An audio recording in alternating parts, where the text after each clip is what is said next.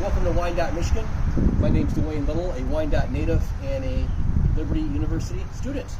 And here we are today in Wyandotte. It's nice and cold here in November, and we're on the corner of Vinewood and Biddle.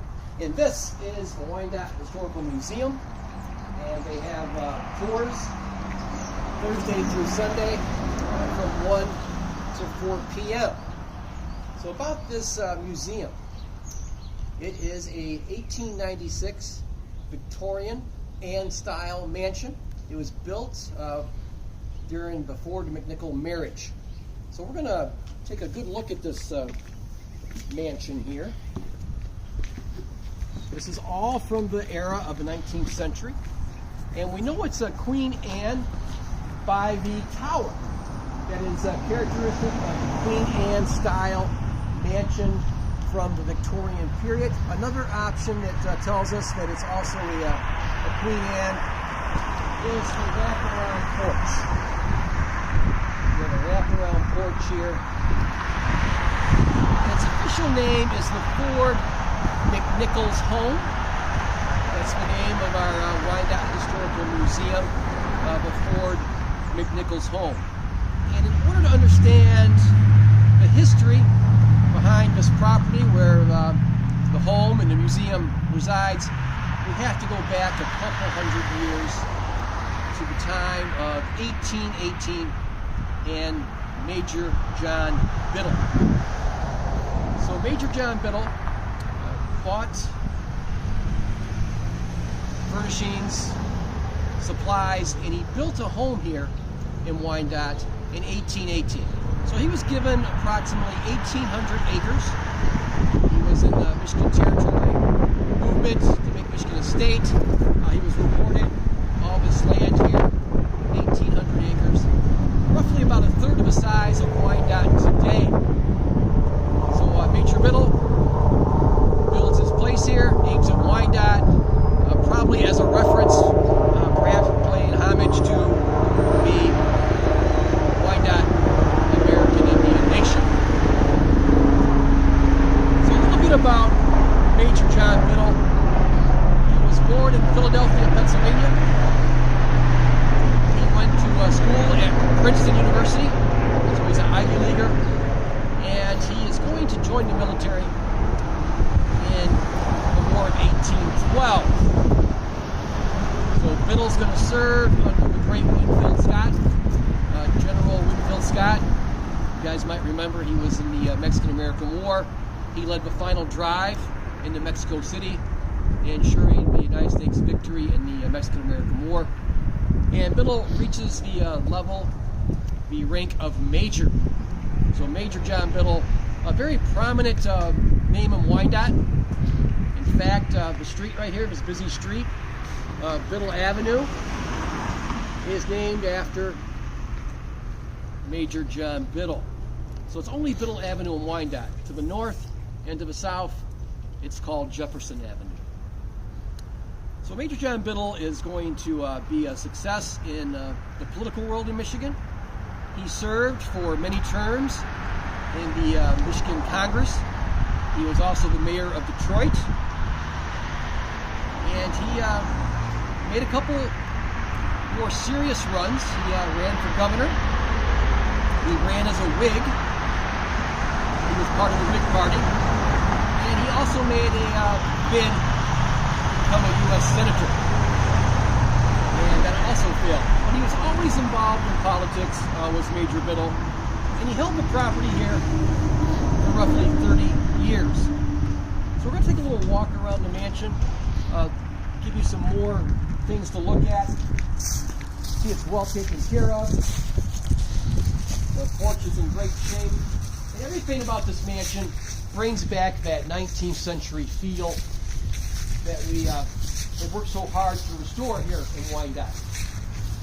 You can see right now they got it decorated for Christmas, very festive. Of course, in Wyandotte, we're very patriotic. We have the American flag here.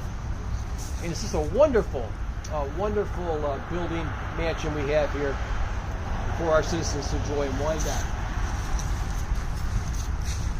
And here's our sign. You can see this is built in 1896. It's a national registered property, so it's protected.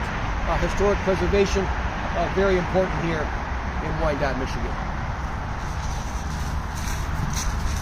Here's more of the porch.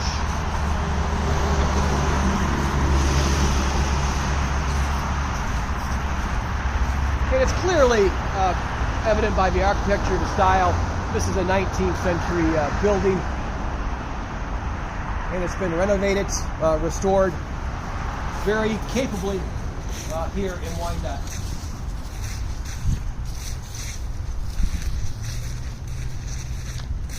So Little is going to sell the property to the Wyandotte Iron Works. And the Wyandotte Iron Works, they specialize in iron and steel. They were engaged in the Bessemer treatment. And they're going to hold the property for a few decades. Again, a very successful company. But eventually by the 1890s, this is not going to be tangible anymore for their enterprise. And they are going to look to sell. They're going to look to sell this property. And this is where J.B. Ford comes in. J.B. Ford, a successful businessman in Toledo.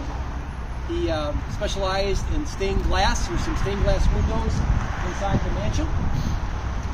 And he's going to buy the property from the Wyandotte Iron Works. And not to be confused with President Gerald R.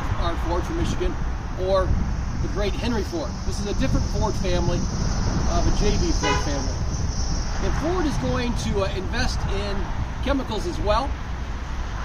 So Wyandotte is known for chemicals as well as our history.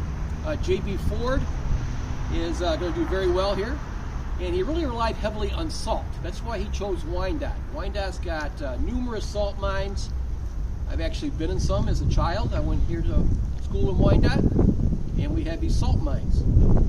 So Ford family is going to stay here for some decades. They're going to do very well. And then J.B. Ford is going to look to expand.